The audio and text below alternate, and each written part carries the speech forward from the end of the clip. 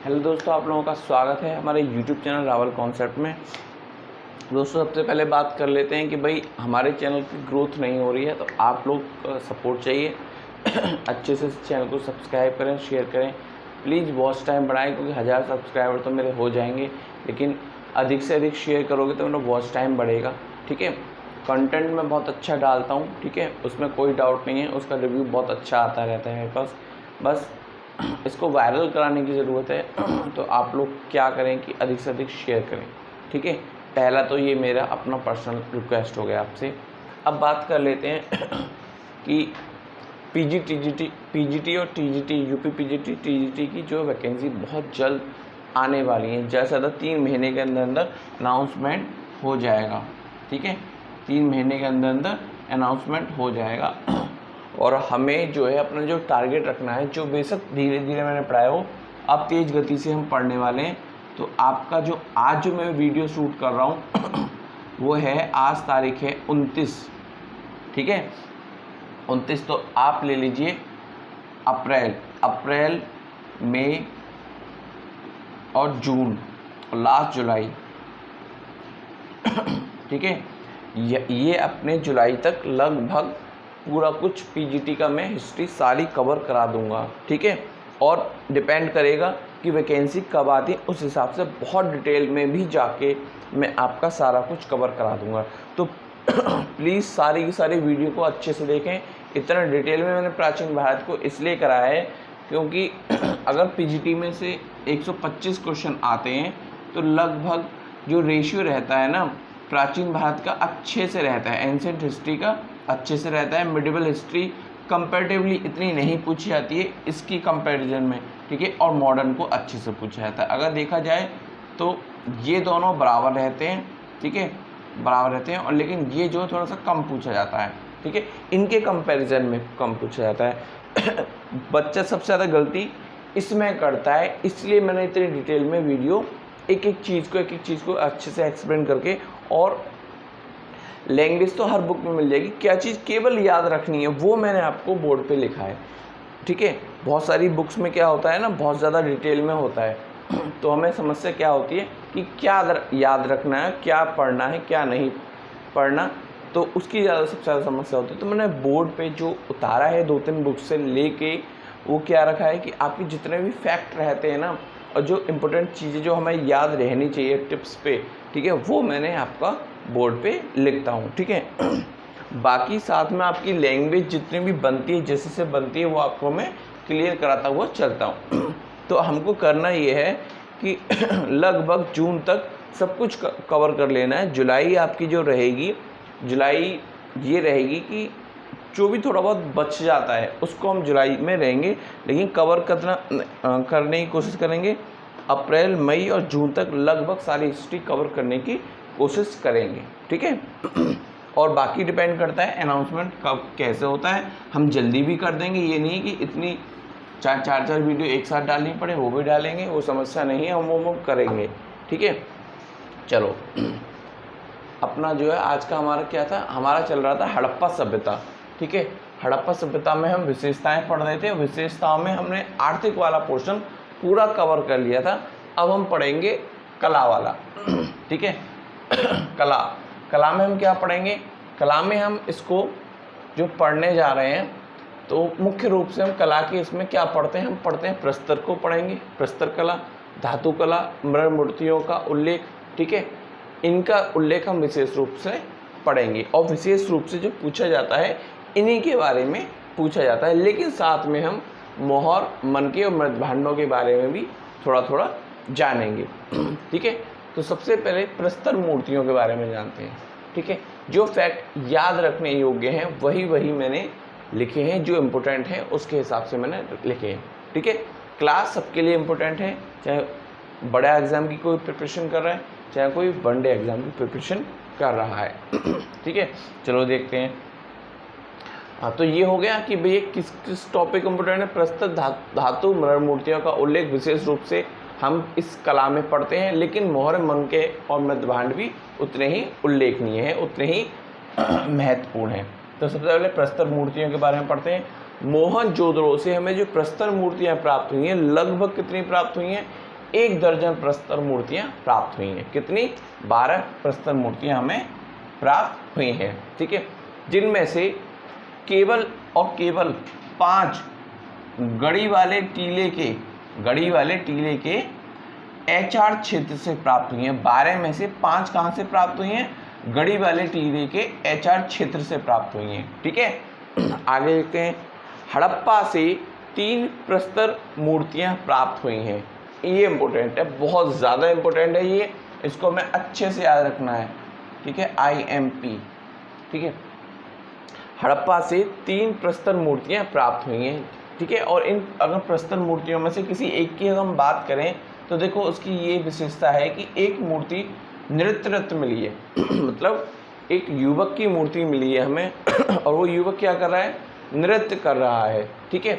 और उसकी अगर हम पूरी बॉडी लैंग्वेज जो नृत्य कर रहा है वो कैसी कैसी है अगर हम डिटेल में देखें तो क्या है कि उसका दाहिना पैर भूमि पर है, बायां पैर हवा में है और दोनों हाथ नृत्य मुद्रा में है, ठीक है। तो एक नृत्यरत मतलब नृत्य करते हुए युवक की मूर्ति हमें कहाँ से मिली है? हड़प्पा से मिली है, जो कि 3 प्रस्तर मूर्तियों में से एक प्रस्तर मूर्ति है, ठीक है। अब देखो जो जितनी भी और जिस क्षेत्र से हमें प्रस्तर मूर्तियाँ मिली हैं ना, अधिकांश कैसी हैं? खंडित रूप से मिली हैं वो, ठीक है। अधिकांश पाषाण मूर्तियाँ कैसी हैं? खंडित हैं, ठीक है। अब देखो पढ़ लिए, आगे देखते हैं, ये भी इम्पोर्टेंट है। डी के क्षेत्र से, डी के क्षेत्र कहाँ पे पड़ता है? मोहनजोदड़ो।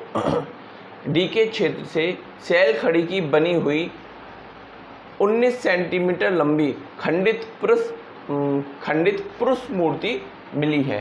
भाई ये मोस्ट इम्पोर्टेंट है, मोस्ट इम्पोर्टेंट, ठीक है।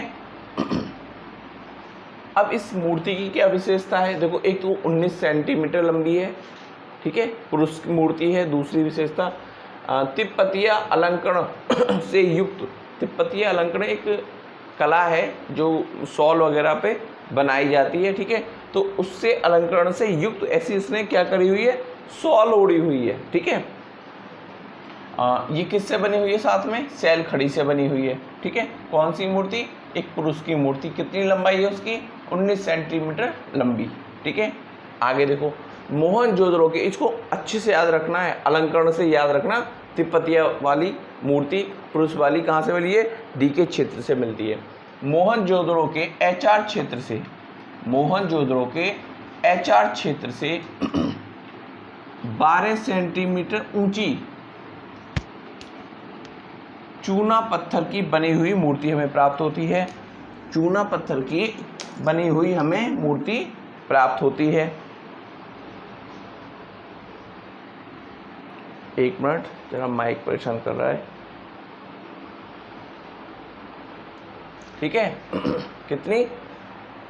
12 सेंटीमीटर ऊंची चूना पत्थर की बनी हुई हमें मूर्ति प्राप्त होती है।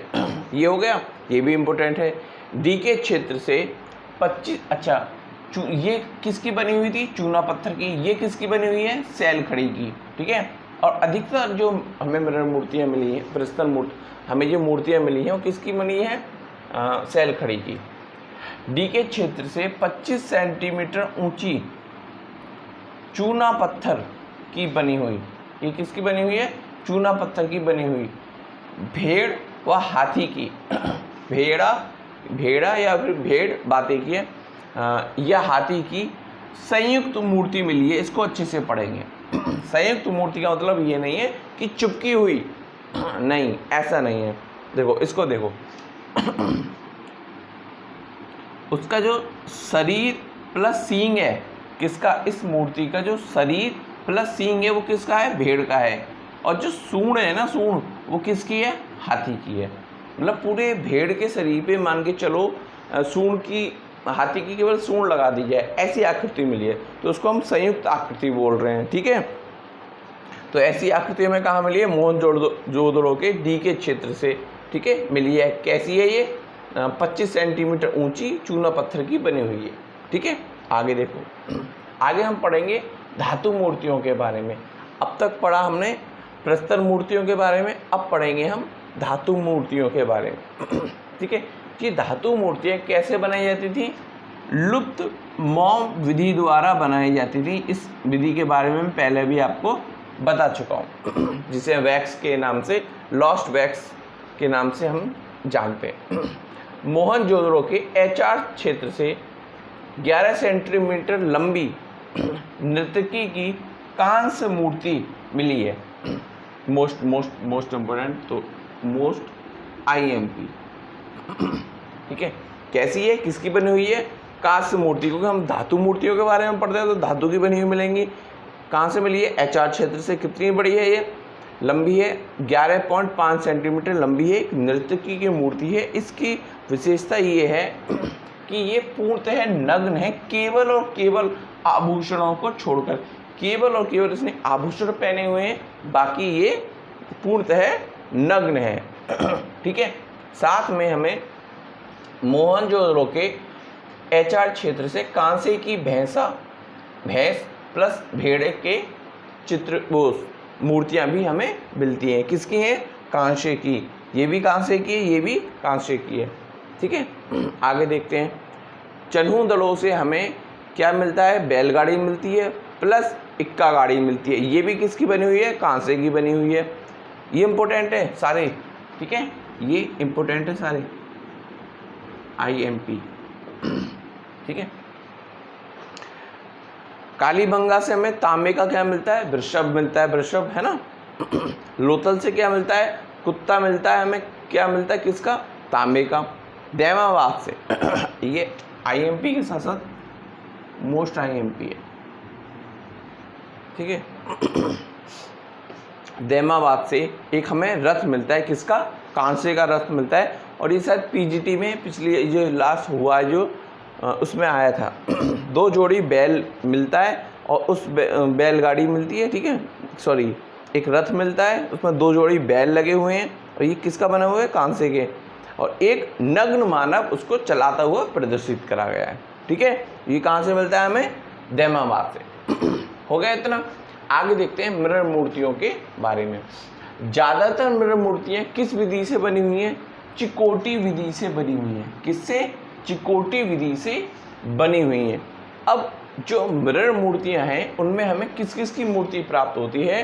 तो जो मिरर मूर्तियां हैं उसमें हमें पुरुष, नारी और पशु पक्षियों की मूर्तियां प्राप्त होती हैं, जिसमें कि मानव की जो मतलब पुरुष और नारी की जो हमें मूर्तियां प्राप्त होती हैं वो ठोस बनाई गई हैं, ठीक है। उनकी विशेषता है कि वो ठोस हैं, जबकि पशु पक्षियों की जो मूर्तियां हैं वो अंदर से खोखली बनाई हुई हैं, ठीक है। सबसे ज़्यादा पशु पक्षियों की मूर्तियां हमें प्राप्त होती हैं, ठीक है। ये एरो का निशान है अधिक का, और ये कभी भी एरो मैं ऐसे बनाऊं तो उसका मतलब हो गया कम का, ठीक है। वैसे ये हल्की भारी गैस के लिए हम केमिस्ट्री में पढ़ते हैं, है ना। चलो, नारी पुरुष की अपेक्षा, नारी की मूर्तियां जो है पुरुष की अपेक्षा अधिक हैं, ठीक है। और अगर हम नारियों में भी बात करें तो कुंवारी लड़कियों की जो मूर्तियां हैं ना वो अधिक पाई गई हैं। देखो मैंने सिंबल बनाया हुआ है ना, इसको तो मिटा देते हैं। देखो ये सिंबल बनाया हुआ है मैंने, इसकी प्रदर्शित कर रहा है कि अधिक, ठीक है। नारी पुरुष की अपेक्षा अधिक, मतलब क्या अधिक? मूर्तियां अधिक प्राप्त हुई हैं, ठीक है। और उसमें भी किसकी? कुंवारी जो लड़की होती थी उनकी मूर्तियां हमें अधिक प्राप्त होती हैं। नारी भारत से बाहर मतलब कि नारी की जो मूर्ति है भारत से बाहर हमें अधिक प्राप्त होती हैं, जैसे कि कहाँ कहाँ? हड़प्पा, मोहनजोदड़ो और चन्हू दलों से, ठीक है। राजस्थान प्लस ये IMP डालो इन पे, दोनों पे IMP, ठीक है। राजस्थान प्लस गुजरात से जो हमें नारी की मूर्तियाँ प्राप्त नहीं होती हैं, इस आधार पर हम कहते हैं कि भैया भारत में इतनी महत्व उनको नहीं दिया गया था, ऐसा माना जाता है। चलो, बनवाली से 2 नारी मिरर मूर्तियाँ प्राप्त होती हैं। बनवाली से 2 नारी मिरर मूर्तियाँ हमें प्राप्त होती हैं। चलो, मोहनजोदड़ो के DK क्षेत्र से, DK क्षेत्र के और DK क्षेत्र में भी अन्नागार से पुरुष मिरर मूर्तियाँ प्राप्त होती हैं, ठीक है। ये इम्पोर्टेंट है, IMP इम्पोर्टेंट तो सभी हैं, वन लाइनर है, ठीक है, सभी इम्पोर्टेंट है, लेकिन जो स्पेसिफिक में IMP लिखा हूँ उनको विशेष ध्यान देना।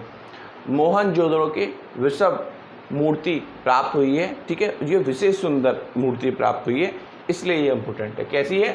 विशेष सुंदर, और ये अत्यधिक सुंदर, अत्यधिक क्या है? ये मूर्ति सुंदर है, ठीक है। आगे देखो, तो इसको हम कह सकते हैं कुबड़ वाला बैल, ठीक है, लेकिन बिना कुबड़ वाले बैल की जो मिरर मूर्तियां हैं ना वो अधिक प्राप्त हुई हैं। देखो मैंने सिंबल ऊपर कराया ना, तो इसका मतलब हो गया अधिक। बिना, अगर हम ओवरऑल देखें कि भैया कुबड़ वाले वृषभ या बिना कुबड़ वाला वृषभ के बारे में हम बात करें, तो बिना कुबड़ वाले वृषभ की जो मूर्तियां हैं ना वो हमें अधिक प्राप्त हुई हैं, ठीक है। ये अपवाद है और बहुत ज़्यादा विचित्र है जो हम आगे पढ़ने जा रहे हैं, कि गाय की मिरर मूर्तियां हमें प्राप्त ही नहीं हुई हैं, ठीक है। तो ये IMP और मोस्ट IMP, ठीक है। तो गाय की हमें क्या होता है? मिरर मूर्तियां प्राप्त ही नहीं हुई हैं। अब देखते हैं कुछ हमें किस किस की मूर्तियां, मोस्टली हमें नाम कभी कभी आते, शायद पिछले उसमें आया था, ठीक है।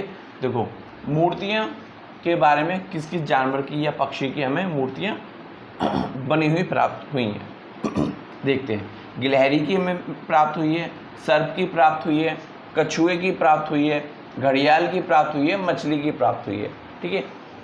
होता क्या है, पूछ कैसे लेता है, दे देगा, इनके नाम दे देगा और कुछ एक नाम, इनमें से एक नाम डाल दे, कैसे भी पूछ सकता है, लेकिन आपको पता होना चाहिए। जैसे कि एक नाम इनमें से दे देगा और 4 ऑप्शन अलग से जानवरों के लिख देगा, पूछेगा कि भैया हड़प्पा या मोहनजोदड़ो सैन्य सप्ताह के समय में किसकी मूर्तियाँ निम्नलिखित जानवर या पक्षियों में से प्राप्त हुई हैं, तो आपको पता होना चाहिए। अगर पक्षियों में देखें तो तोता, मोर, कबूतर, बत्तख, गौरैया, मुर्गा, चील, उल्लू, ठीक है। अब गौरैया देख लेना, क्योंकि अब गौरैया के बारे में लोग बहुत जानते कम है, ठीक है। ठोस पहियों वाले खिलौने मिलते थे, ठीक है, ठोस पहियों वाले खिलौने मिलते हैं। गाड़ियाँ, इक्के तथा सीटियों की मूर्तियाँ, मतलब ठोस पहियों वाले जो खिलौने होते थे उनकी मूर्तियाँ प्राप्त हुई हैं, गाड़ियों की मूर्तियाँ प्राप्त हुई हैं, इक्के प्लस सीटियों की मूर्तियाँ प्राप्त हुई हैं। अब ये एक और देख लेते हैं, ये इम्पोर्टेंट है, मोस्ट इम्पोर्टेंट ही नहीं है, मोस्ट इम्पोर्टेंट है और आज का लास्ट पॉइंट है ये, ठीक है। पाकिस्तान के चोलिस्तान प्लस हरियाणा के बनवाली से हमें क्या प्राप्त होता है? मिट्टी के हल का प्रतिरूप प्राप्त होता है, कह सकते हैं एक नमूना प्राप्त होता है, ठीक है, खिलौने के रूप में हमें प्राप्त होता है। तो ये हमें याद रखना इम्पोर्टेंट है। बहुत सारे आगामी परीक्षाओं में पूछा जाएगा और पूछा जाता रहा है, ठीक है। तो भाई इतनी ही रिक्वेस्ट है कि अधिक से अधिक शेयर करें, उन लोगों तक पहुंचाएं जो PGT की तैयारी कर रहे हैं। फ्री ऑफ कॉस्ट क्लास चलती है, किसी को ज़रूरत नहीं है कुछ पेड करने की, तो अधिक से अधिक चैनल को शेयर करें, सब्सक्राइब करें और प्लीज़ अधिक से अधिक शेयर करें, ठीक है। बोलें अपने जितने भी आपके स्टडी ग्रुप वगैरह हैं उनमें बोलें, अपने मित्रों को बोलें कि प्लीज़ अधिक से अधिक शेयर करें, सब्सक्राइब करें और बेल आइकन को प्रेस कर दें, जिससे कि मेरी जितनी भी वीडियो हैं आप जब कभी मैं अपलोड करूं आपको नोटिफिकेशन तुरंत मिले और आप अच्छे से नोट्स बना पाएँ, अच्छे से तैयारी कर पाएँ। Thank you for watching.